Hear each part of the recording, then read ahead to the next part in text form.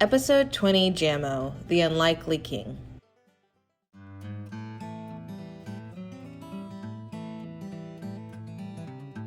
Take a minute and talk about what a king looks like.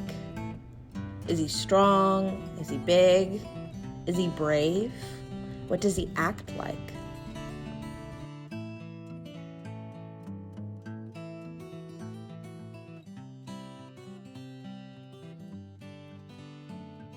This week, our story is of the unlikely king. Now, last week we saw that God's chosen people went into the promised land, but just because they were in the promised land doesn't mean they had great ideas. In fact, they made a bad idea. They said, you know what, God, we want a king to rule over us, because that's how land's supposed to go, right? And a prophet named Samuel said, you won't like a king. A king won't be able to lead you like God can. And they're like, no, it'll be great. We really want a king. And so Samuel said, oh boy. And God went, okay, I'll give you a king. And this king's name was Saul. Now Saul started off as a great king, but eventually he became proud and he stopped listening to God. You see, he decided he knew what was best, and so he pushed away God, and he was broken. And so God went to Samuel, the prophet, and he said, Saul can't help me in my mission anymore. I need a king that will love me and a king that will teach others to love me, because that's what's best for others. And so God said, go to Bethlehem and find a king. There will be one there for you. So Samuel went to the city of Bethlehem and he met a man named Jesse. And Jesse had lots of sons. And so he said, can you show them to me? And so Jesse brought out the strongest son, because that's what you looked for in a king. Big, strong, tough, looked like a king. And God said, no.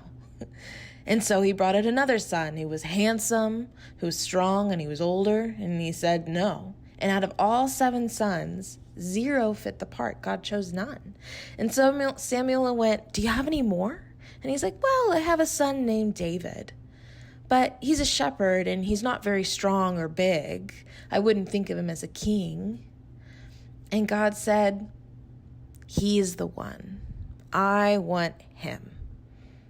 And so David went and he was anointed by Samuel to become the next king. And you see, this was a big deal because David's heart loved God and he was going to be a part of his plan, because God knew that one day his great-great-great-great-grandson would be the Messiah. And the point of this is important, because David didn't meet any of what people thought a king should be like, but he met all of the criteria God was looking for, because God looks at the heart.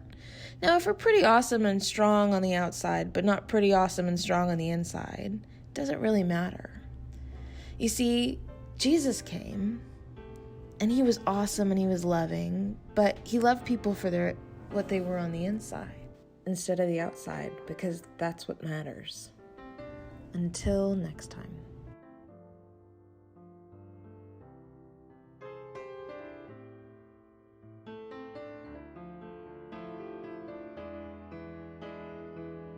After this video is over, take some time and act out being a king or queen that loves God and wants to follow God.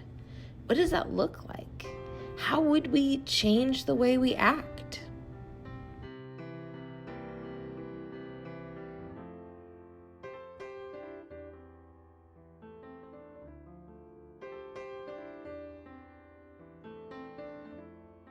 Pause the video and say a prayer thanking God for looking at our hearts and looking at who we are when he sees us. Thank him for sending Jesus and for showing us his love.